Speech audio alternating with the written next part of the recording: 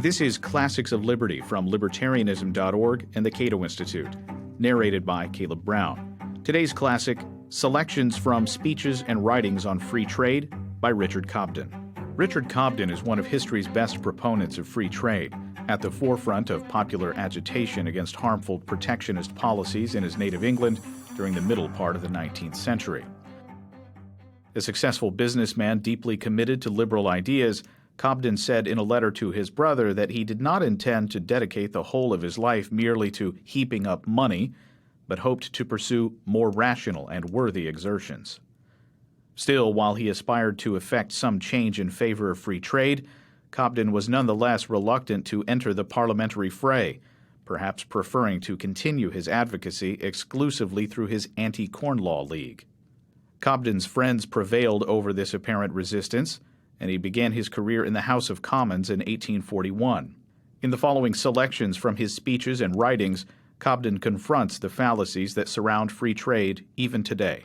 He demonstrates that beyond increasing the wealth and prosperity of participating nations, free trade also fosters peace and goodwill among them. Cobden argued that the interests of mutually beneficial commerce and a commitment to non-intervention in the political affairs of other nations ought to guide foreign policy, not schoolboy rhetoric upon the balance of power. A century and a half after his death, Cobden's eloquent explanations of the many benefits of trade remain relevant and can help us understand an increasingly globalized economic climate. I have been accused of looking too much at material interests. Nevertheless, I can say that I have taken as large and as great a view of the effects of this mighty principle as ever did any man who dreamt over it in his own study. I believe that the physical gain will be the smallest gain to humanity from the success of this principle. I look farther. I see in the free trade principle that which shall act on the moral world as the principle of gravitation in the universe, drawing men together, thrusting aside the antagonism of race and creed and language, and uniting us in the bonds of eternal peace. I have looked even farther. I have speculated and probably dreamt in the dim future, 1,000 years hence, I have speculated on what the effect of the triumph of this principle may be. I believe that the effect will be to change the face of the world, so as to introduce a system of government entirely distinct from that which now prevails. I believe that the desire and the motive for large and mighty empires, for gigantic armies and great navies, for those materials which are used for the destruction of life and the desolation of the rewards of labor, will die away. I believe that such things will cease to be necessary or to be used when man becomes one family and freely exchanges the fruits of his labor with his brother man. I believe that, if we could be allowed to reappear on this sublunary scene, we should see, at a far distant period, the governing system of this world revert to something like the municipal system. And I believe that the speculative philosopher of 1,000 years hence will date the greatest revolution that ever happened in the world's history from the triumph of the principle which we have met here to advocate. I believe these things, but whatever may have been my dreams and speculations, I have never obtruded them upon others. I have never acted upon personal or interested motives in this question. I seek no alliance with parties or favors from parties, and I will take none. But having the feeling I have of the sacredness of the principle, I can say that I can never agree to tamper with it. I, at least, will never be suspected of doing otherwise than pursuing it disinterestedly, honestly, and resolutely. Free trade, in the widest definition of the term, means only the division of labor by which the productive powers of the whole earth are brought into mutual cooperation. If this scheme of universal independence is to be liable to sudden dislocation whenever two governments choose to go to war, it converts a manufacturing industry such as ours into a lottery, in which the lives and fortunes of multitudes of men are at stake. I do not comprehend how any British statesman who consults the interests of his country and understands the revolution which free trade is effecting in the relations of the world can advocate the maintenance of commercial blockades.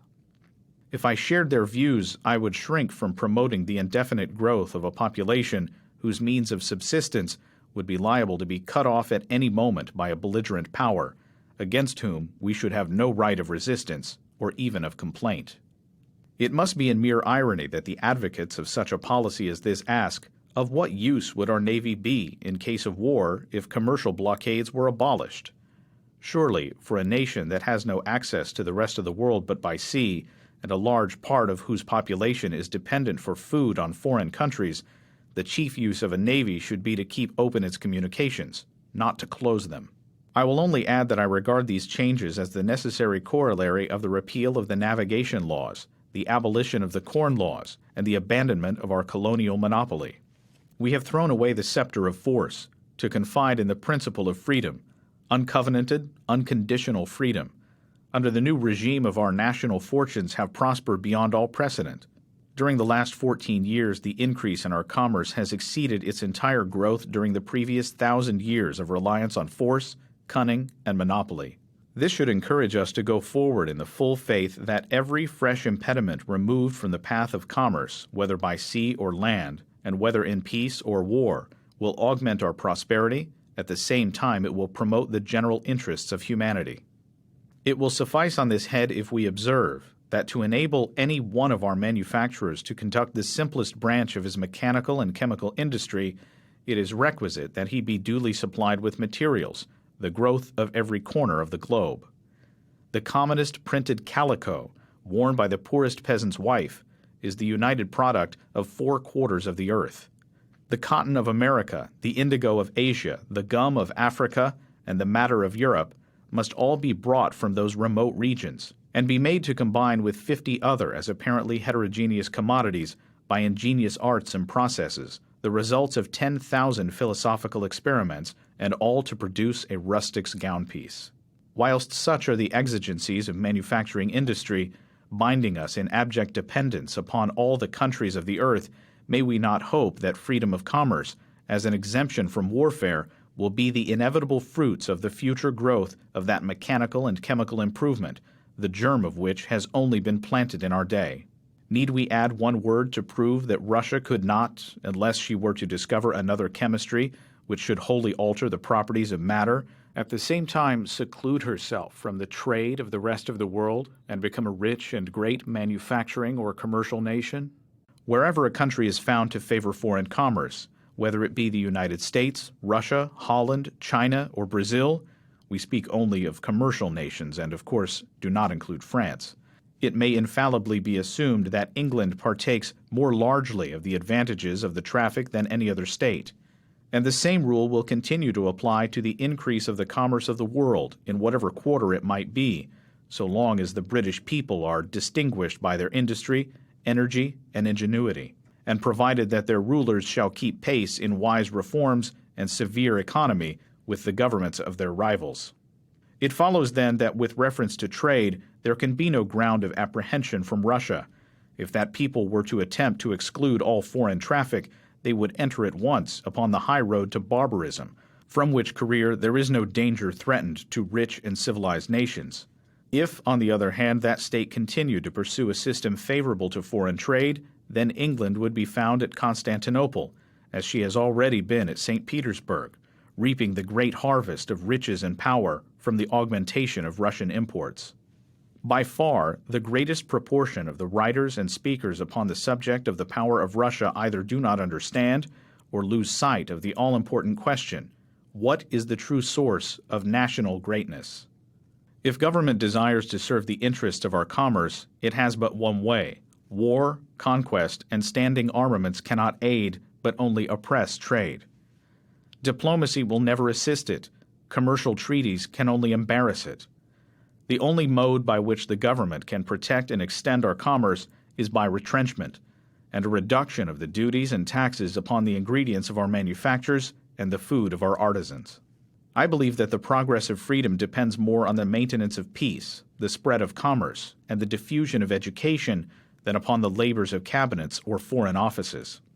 And if you can prevent those perturbations which have recently taken place abroad in consequence of your foreign policy, and if you will leave other nations in greater tranquility, those ideas of freedom will continue to progress, and you need not trouble yourselves about them. That was Selections from Speeches and Writings on Free Trade by Richard Cobden. Find more classics of liberty at libertarianism.org.